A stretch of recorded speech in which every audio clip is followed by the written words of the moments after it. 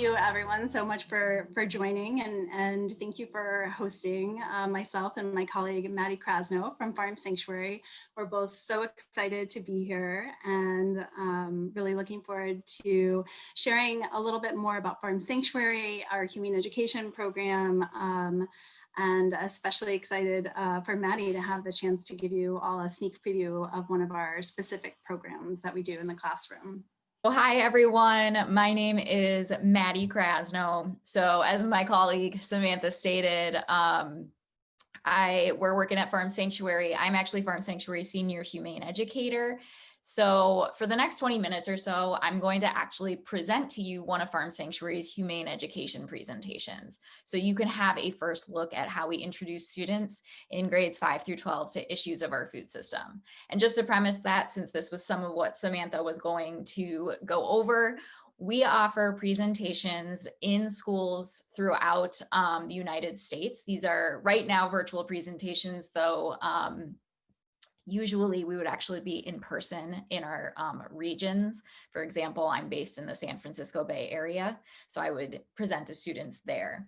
So right now we're doing all of this virtually in the United States. And so this has been our way to kind of show students what's going on in our food system and to start those conversations. As I said, we've got presentations for pre-K through college now. The presentation I'm going to show you is one of our most popular. There's a lot of interest in environmental issues these days. So I'm presenting to you Sustainable Future, the environmental impacts of our food, which introduces students in grades 5 through 12 to the effects that animal farming has on our planet. So this should give you a bit of an idea of how we talk about some pretty complicated issues with students of all ages. So I am going to kind of present to you as if you are sixth graders. So you're going to notice that I'm pretty animated, a little more animated than you would see me if I was presenting to seniors.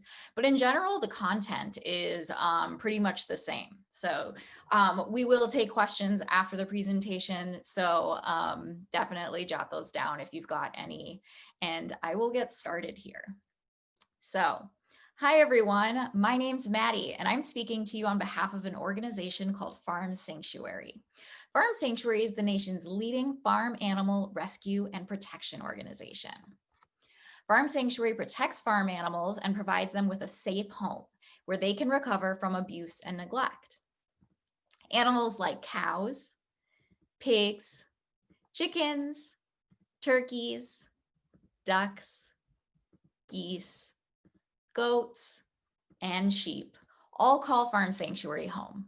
Nearly 1,000 farmed animals live at our 2 sanctuary locations. One is in upstate New York, about 6 hours north of New York City, and one of them is just outside of Los Angeles in California. This is what our New York shelter looks like, and here we have our California shelter. But you might be wondering, what does Farm Sanctuary's work with farmed animals have to do with our environment? Well, most of the farm animals who live at Farm Sanctuary came to us from farms. Animal farming, also known as animal agriculture, not only impacts animals and humans, it also impacts our environment in big ways. Now, a lot of people, including students like yourselves, have been concerned about the earth lately. Many forms of activism, such as the protest pictured here, are taking place all around the world. The harm that these students are protesting is related to something we call global climate change, or the climate crisis. Now, climate change is the change in the Earth's climate or weather patterns over time. The Earth's climate naturally changes over time, but humans are actually causing changes to our climate that are making it hard for everyone who lives here on Earth to thrive. So why is climate change happening? First, let's talk about global warming, or the warming of our planet. So has anyone heard of the greenhouse effect before? So the greenhouse effect is when certain gases in our atmosphere trap heat from the sun. These are called greenhouse gases. The thing about greenhouse gases is they actually keep our planet warm and make it a comfortable place to live. You can think of greenhouse gases kind of like a blanket, all cozy, wrapped around the planet, keeping us warm and comfortable. However, if there are too many greenhouse gases, it's like that blanket is becoming too thick. So our planet then becomes too warm.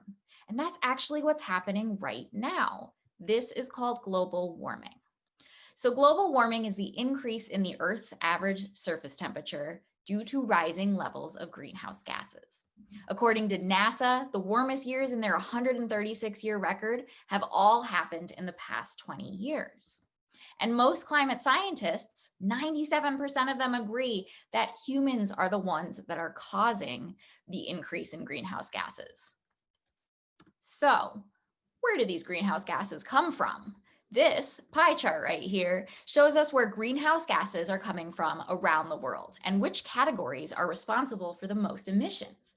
There's one important source of greenhouse gases that you'll see here that isn't talked about very often, and yet it's responsible for a huge percentage of emissions. Agriculture and land use is the second largest source of greenhouse gas emissions. So animal agriculture in particular creates most of the greenhouse gas emissions in the farming category. So how does animal farming create greenhouse gas emissions? We're going to take a look here. So one way is that farm animals like cows, sheep, and goats are ruminant animals. Ruminants regurgitate their food, known as cud, and they chew it and they swallow it again, and then they spit it back up and they swallow it again. Microbes, which are tiny bacteria in the ruminant's stomach, actually help cows and other ruminant animals digest their food. So this whole process is totally normal for them. But during the digestion process, some of these microbes release methane. Methane is a really powerful greenhouse gas. It's actually 20 times as powerful or warming as carbon dioxide. I bet many of you have heard of carbon dioxide or CO2 before. So because the microbes release methane in cows' stomachs, cows and other ruminant animals actually burp methane. Now, animal farming is also responsible for a lot of deforestation. You're seeing this in the top right corner of this graphic. So the cutting down, burning down of trees. When we cut down trees, we actually release CO2 into the air. We'll talk a little more about that later. So in addition to the methane that animals are burping, methane is also created in the waste from these farm animals. So in the bottom left corner of this graphic, you're actually seeing what's called a manure lagoon. So all of the feces and urine from these animals is typically stored in big pools called the manure lagoon, like you see here. Now, the buildings that animals are confined in, they need electricity to run, which also creates greenhouse gases. So the lagoon creates methane, the housing creates other emissions. And the last way that animal farming is creating greenhouse gas emissions has to do with transportation. When animals are being transported in trucks from farms to slaughterhouses, that's going to create emissions too. So in total, animal agriculture is responsible for 14.5% of worldwide greenhouse gas emissions. And this is actually a low end estimate, meaning the percentage might actually be a lot higher, but it's something that's difficult to track. And even with this low end estimate, the animal agriculture industry accounts for more greenhouse gas emissions than our entire transportation system worldwide.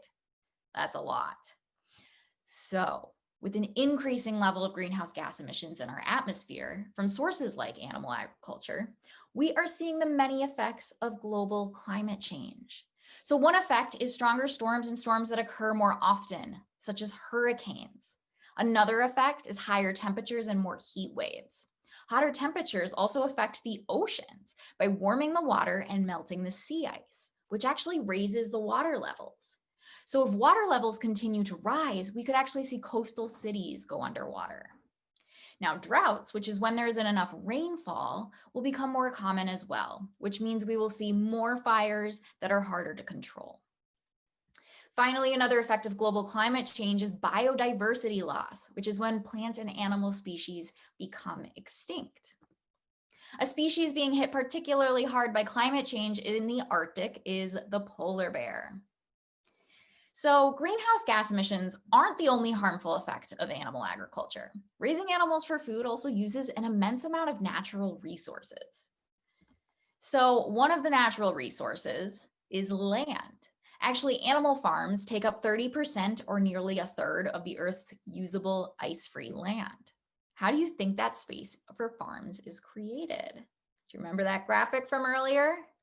That's right, deforestation. So deforestation is the cutting down or burning down of trees. The Brazilian Amazon rainforest is the largest rainforest in the world, and it's actually being cut down largely to make space for farms like you see here in this graphic. So this is a photograph of the Brazilian Amazon rainforest. You can see where parts of the forest have been cleared for farms. Now, typically what happens is that plants like corn and soy are grown first on deforested land. Most of the world's corn and soy is not consumed by humans, however. It's fed to the 70 billion land animals raised for food every year. So when these plots of land won't grow feed crops anymore, the space is then turned into, typically in the Amazon rainforest, a feedlot for cows. So it's estimated that 80% of the deforestation in the Brazilian Amazon rainforest has been done to raise animals for food, like the cows you see here in this feedlot. So who suffers when we cut down rainforests? Well, rainforests, they're often called the lungs of our planet for their role in absorbing carbon dioxide, right, CO2, that greenhouse gas, and producing what animals and humans need to breathe, oxygen. Wild animals like the white-cheeked spider monkey pictured here, and indigenous people who live in this forest suffer because they lose their home. Another natural resource that is used up by the animal agriculture industry is fresh water. Raising animals for food uses a significant amount of water, much more water than growing plants for food, because animals need drinking water while they are alive, and water is actually needed to grow the plants, this corn and soy, that the animals are fed. So this graphic here is a concrete example of how that plays out. 6 times the amount of water that is required to make just 1 gram of beef protein, 1 gram of plant protein, such as beans, is needed to make 1 gram of beef protein. It's a lot more water needed for the animal product. So in total, 27%, or over a quarter, of the fresh water on our planet is used for animal agriculture alone. Pretty shocking. All right, so these are some significant figures to keep in mind. We went over all of these. Worldwide, animal agriculture is responsible for 14.5% of greenhouse gas emissions. It uses 27% of our fresh water, and it occupies about 30% of the Earth's land. But there's one more topic I'd like to cover, and that's pollution. Pollution happens when the environment is contaminated or dirtied by waste, chemicals, and other harmful substances. There's 3 main forms of pollution: air, water, and land. So how might animal agriculture contribute to pollution? Let's see here. Like I mentioned earlier, animal farms create a lot of waste. So as a reminder, that's all the feces and urine from these animals. And that waste is stored in giant pools. Before we saw a graphic, this is an image of those giant pools. They're about the size of several football fields.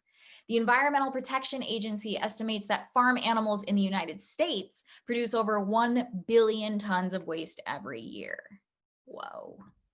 How much is that? Well, to give you an example, large farms can produce more waste than some US cities. For instance, a farm that raises 800,000 pigs can produce over 1.6 million tons of waste in a year. That amount is 1.5 times more than the annual sewage produced by the city of Philadelphia. So that means one pig farm can make more waste than the entire city of Philadelphia. That is a lot of waste. So this waste from animal farms can spill and leak into creeks, rivers, lakes, and other waterways, which causes water pollution, as you can imagine, and harms animals living in these waterways. So one example of that is that in 2017, an Iowa dairy farm spilled manure into a creek, and it killed over 60,000 fish. Now, this waste also pollutes the air, water, land, and food supply of people who live near these farms. And because of this, people who live near these farms, they spend most of their time indoors, they're keeping their windows closed, and they're more likely to get sick from these toxic fumes. Most factory farms are located near low-income communities, so people who live near them are often unable to afford to move somewhere else. So we spoke quite a bit today about animal agriculture's impact on the earth, humans, and animals outside of this industry. But it is important to keep in mind that animals raised in these farms suffer immensely. How do you think the animals feel inside these farms? As you can see here, animals in farms rarely get any of the things they need to thrive. They're treated like machines to produce a product. Oftentimes, they're packed into cages and warehouses without enough space to turn around or lie down comfortably. So as you can see, the living conditions that animals are raised in for food, or that animals raised for food have to endure are very destructive. They have destructive consequences for humans, animals, and our environment.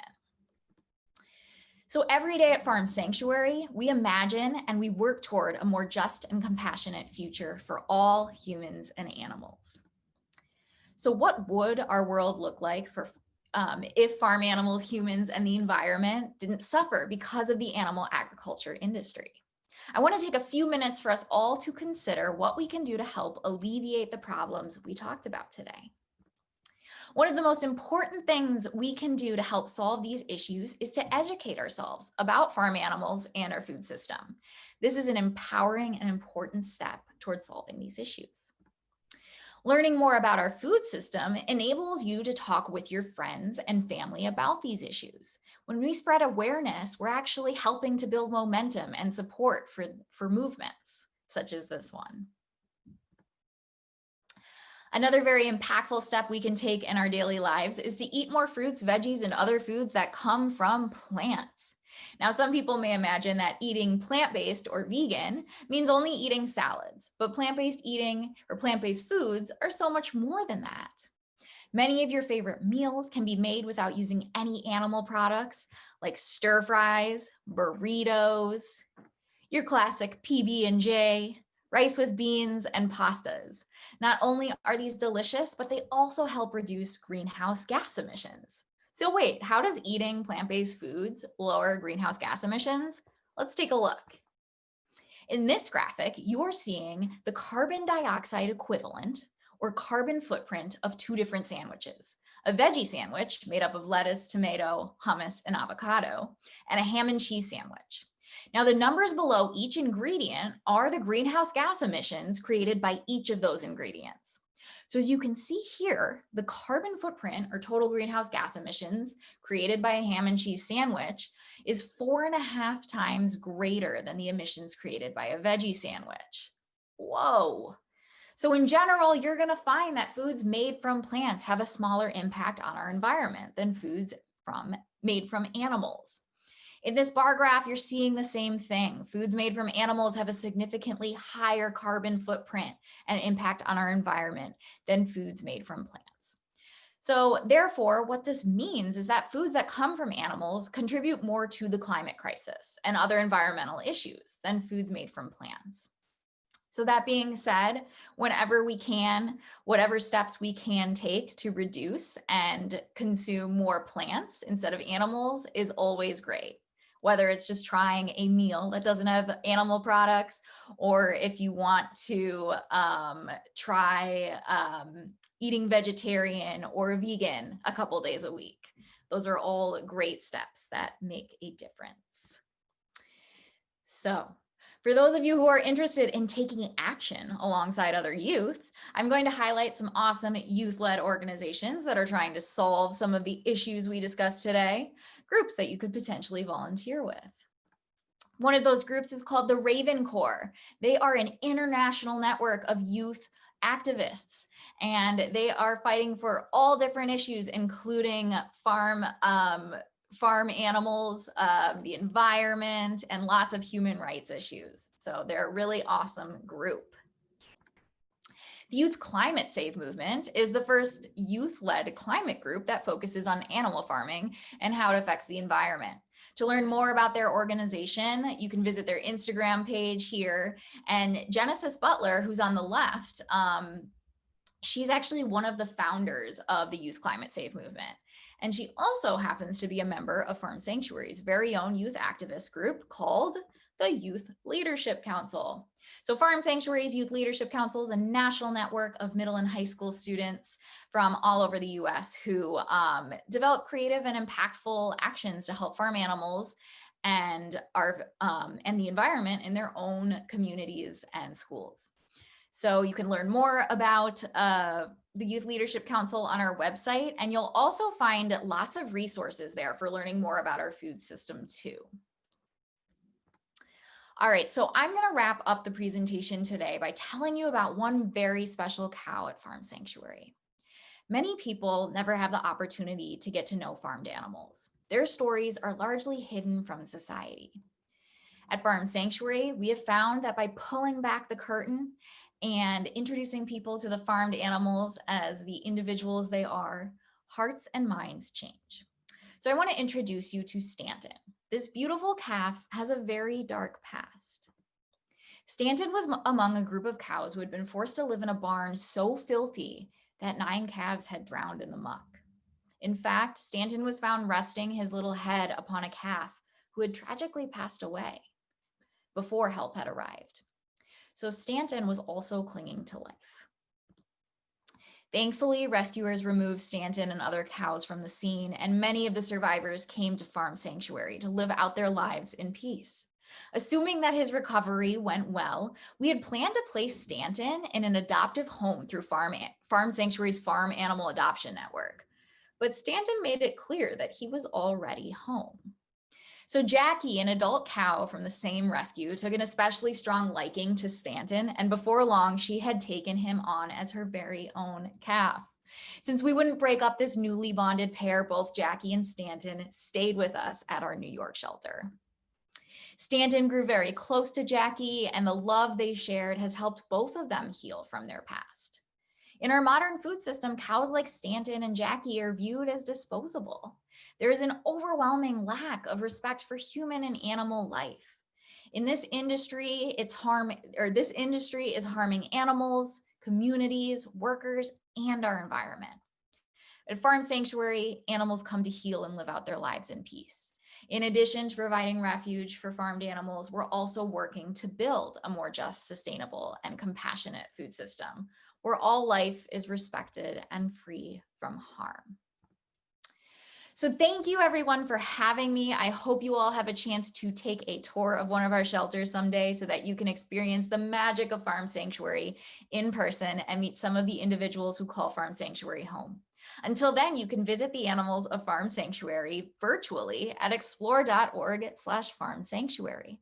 There you will see live feeds of the sheep, cow, turkey, and pig barns. All right, so at this point, I would then take some time for a Q&A with the students, and I'd also gather feedback with our brief reflection activity that I believe Samantha is going to talk about in her presentation. Instead, what I'm going to wrap up with is just sharing with you all the resources that we're pleased to offer teachers and schools in Canada. So in early 2021, we're anticipating January, February, we're actually going to be releasing 15 recorded presentations for students in preschool through college. So these presentations will be free and available on YouTube for all to see, all to use. So teachers in schools in Canada will actually be able to include Farm Sanctuary's presentations like the one you just saw in their own curriculum. So that's super exciting. But if you can't wait until then, we do have other resources that you can use now. We've developed 2 free downloadable curriculums that teachers can implement in their own classrooms. So one of them is very similar in content to what I just presented to you. It's called Sustainable Future Curriculum, Exploring the Environmental Impacts of Our Food. It includes 2 middle and 2 high school lesson plans that are designed to explore animal agriculture's effects on our planet and build scientific literacy on environmental phenomena related to our food system. And just like this presentation, all of the research is coming from the CDC, EPA, NASA, USDA. So there's a lot of research that went into those lessons. So that's free, downloadable right from our website. And in addition, we actually just launched an art curriculum. So this one is called Animals in Art, the Story Behind a Portrait. And this curriculum, there are 3 different lessons, one for grades 3 through 5, one for 6 through 8, and one for 9 through 12. And what this lesson does is students will learn about the lives of farm animals, specifically of sanctuary animals, and representing them as individuals through the creation of original animal portraits. So this is pretty cool. It allows for kind of some personal, allows students to personally connect with some of the rescue stories of animals at Farm Sanctuary.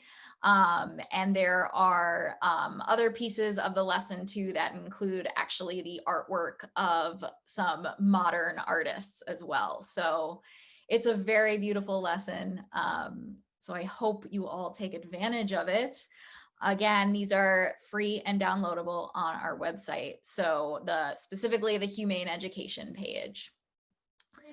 Okay. So cool. It looks good. And yeah, thank you for that. So yeah, no live presentations. We will have pre-recorded ones. Yes, no live presentations at this time, but we will have pre-recorded. And of course, I'm happy to answer any questions. I think my email was there, but you've got it as well. Did you share our contact? On the website? No, but if I have links to the website, like Okay. to the Humane Education part of the website. Perfect. So I know your email is in there. Yeah. Perfect. So I don't want bots to steal all the emails, you know what I mean? Yeah, so if anyone has questions, I'm happy to answer them, especially about the curriculum. I was largely involved with both of those. So awesome. Yeah. And then just one quick question, because I know some people I know the answer, but just so in case. For the youth group, it is just US based at this point, correct? At this point, yes. You will be the first one to know when that changes. But I do know, as far as like the 2 other groups that I talked about, the Raven Corps, and so the Raven Corps is for starting age 15, I should premise that.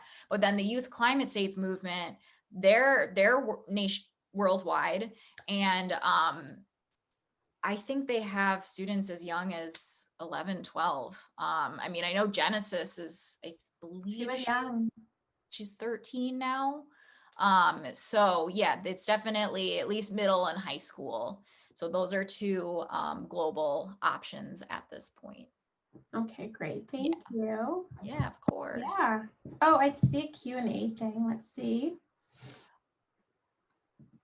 Oh, yeah. So it says, do you know why Stanton was not able to be adopted out with the mother cow instead of having to stay at the sanctuary? Yeah, so the mother cow actually had, she was pretty bonded with another mother cow who was rescued from the same rescue. So I think that had to do with the fact that they decided, because Jackie was going to stay anyway because of this other mother, Nancy. Nancy came to us pregnant. And so what ended up happening, which was wonderful, was that Jackie and Stanton, and then Nancy, when she gave birth to her baby, Charlie, kind of all became a family. So it just has to do with not wanting to split up animals who are closely bonded. Yeah, and the foster place, I'm assuming, couldn't take all 4. Yeah, it's a big ask. At that point, yeah, it was better to just keep them at Farm Sanctuary. Awesome. That's nice, is the answer. Yeah. You all had the wonderful treat of seeing Maddie present our environmental presentation. And now I'm going to just take a step back and give you a little bit of an overview of our whole program. Our Farm Sanctuary is a national nonprofit farm animal protection organization founded in 1986. And our whole organization really was inspired by the rescue of an animal, later named Hilda, that our founders found at a stockyard as they were investigating the treatment of animals in our food system. So this is a picture here of Hilda, who went on to be rescued and live at Farm Sanctuary's first sanctuary for many years. But this is just an example of the conditions that they witnessed and documented, and what inspired the sanctuary piece of Farm Sanctuary's work. But what I really want to highlight also, and here's Hilda, beautiful Hilda. What I really want to highlight is how Hilda also inspired what I think we have seen is the tremendous power of sanctuary to educate, to inspire, and to truly change lives, and to model what is possible in our world. There's such a contrast between the spirit of a sanctuary and really just the experience of being at a sanctuary, such a contrast between that and the rest of the world, that I think just being at a sanctuary and witnessing these animals and having the chance to connect to them truly inspires in people a vision for a better world. And Hilda started all of this for us and really inspired our faith in that power of sanctuary. So we went on to educate thousands of people. I mean, Hilda herself met so many people who came when she was first rescued, when children were peering over the fence to see who is this new sheep who lives next door to me. And we witnessed that power. But then she came to live here at our New York sanctuary for so many years. And as people came to visit the sanctuary and meet the animals, their lives were touched and changed as well. We went on to open a second sanctuary, a second sanctuary at the time in Northern California, and then later our third sanctuary, which is this one in Acton, California, Southern California, outside of Los Angeles. And so we have just seen just time and time again, the power of connecting with these animals to change lives. And all of that has inspired us to bring that power into the classroom. When we think of the scale and the intensity of the harms being inflicted by our food system on the animals, on workers, on rural and urban communities, when we think of what will it take to create the level of change that's needed, we think of youth, we think of young people and the next generation. And that is what brings us to do this work. It's just believing that is what will bring the change that all of us living on this planet and our planet so need. So 3 years ago, with all of that in mind, we started a Humane Education program. It's hard to believe it was only 3 years ago, but we began by introducing students to the animals, like Pamela the chicken, Honey the pig, and Liz and Jerome cows. And then through those individual stories, which are so powerful for students, they also began to learn about the realities of the system and what happens behind the scenes. And they learn about the industries that each of these individual animals come from. Pamela coming from the egg industry, Liz from the dairy industry, and Honey from a gestation crate factory farm.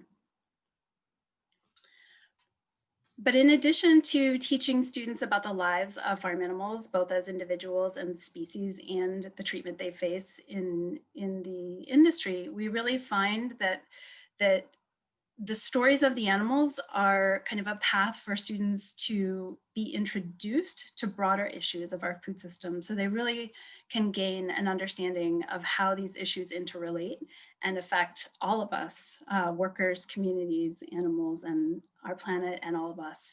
And then also, one of our program goals, of course, is once they learn about these issues, that we empower them with ideas and actions they can take for positive change.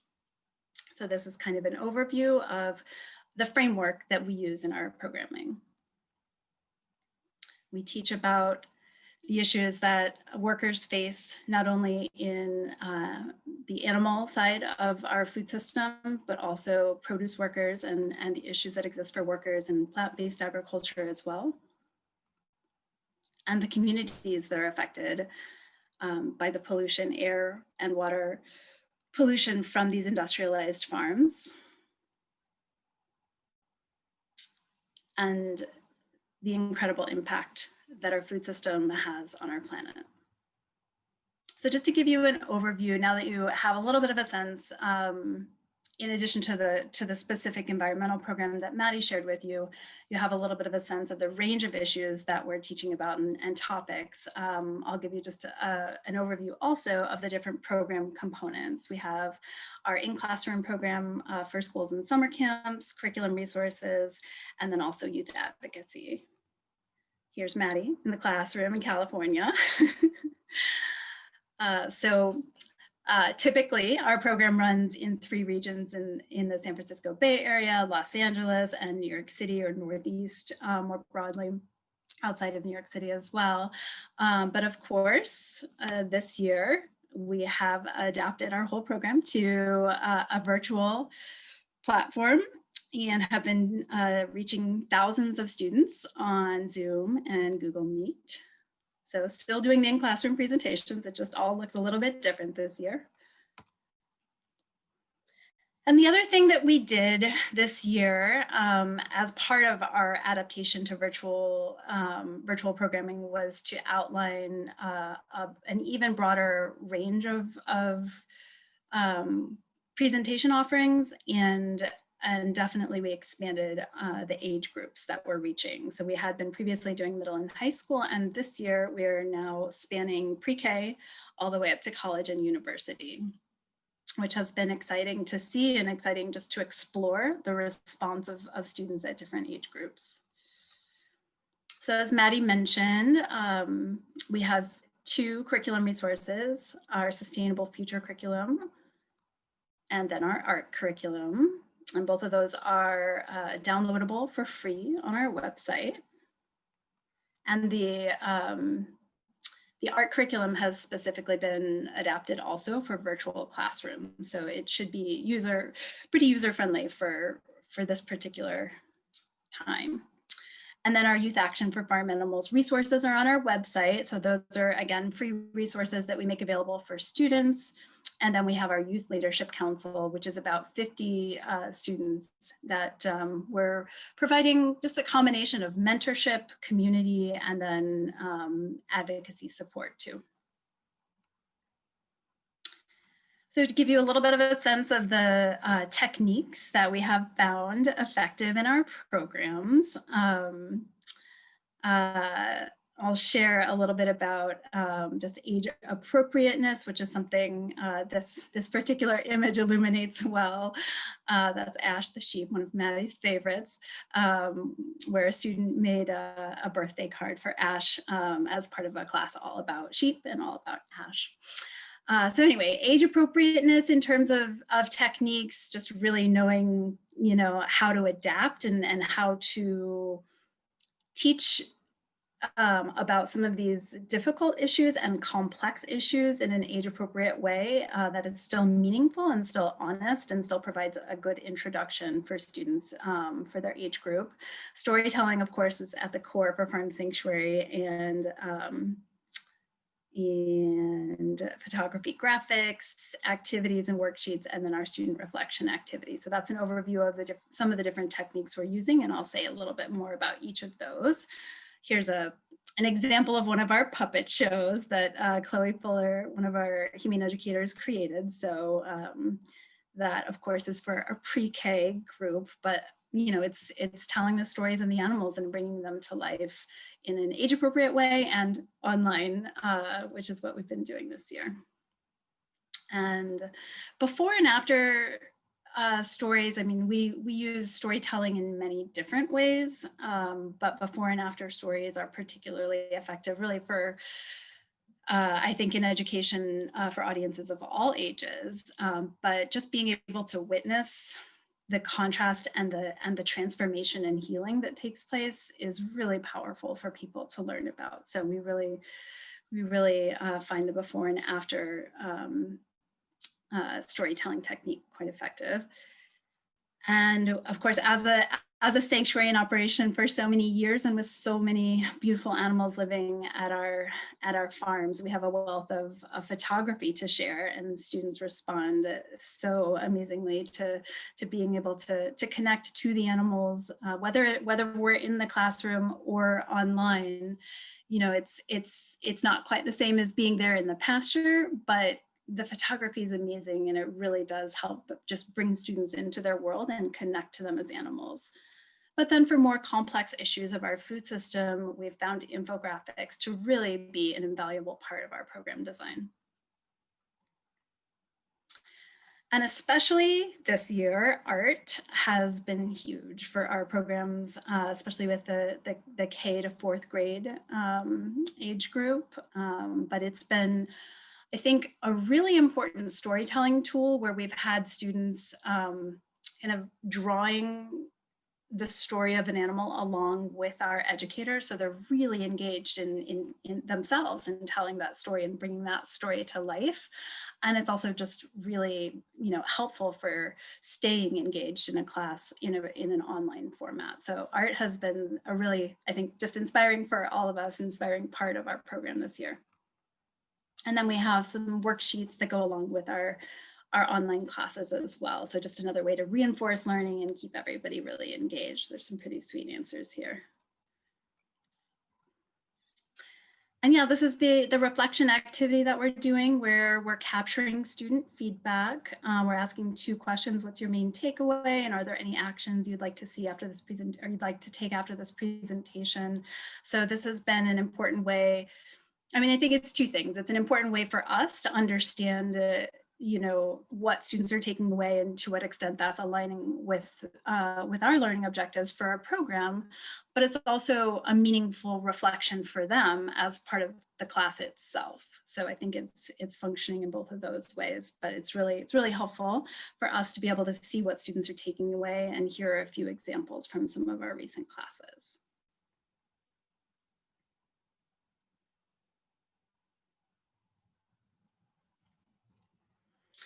And then we are also, in addition to student feedback, we're capturing teacher and camp counselor. Over the summer, we're sharing these same programs with camp counselors for a range of age groups through this year through virtual summer camps. And so we have a survey that we're sharing both with teachers and camp counselors. And here's a little bit of the feedback that we've gotten, showing them just a lot of positive feedback about how engaging the classes were, how they were age appropriate, and an appreciation for, I think, the use of visuals and storytelling as well. So thank you so much, everybody, for listening. And we'd love to take a few questions if anybody has about our specific programs. The presentation Maddie gave, our environmental program, the availability of our recordings, which we're really excited to share with everyone, or anything about our program. Thank you. Okay, let's take a look. I think for me personally, I asked all my questions to Maddie already and shared some of that information that I was thinking would be useful. I know for sure, Maddie did mention where people can reach you both with any questions. So yeah, both of you, thank you so much for coming and doing this with me today, and all the best and good luck with all the presentations coming up soon and everything that you do. Thank you for having us. Yeah, thanks so much.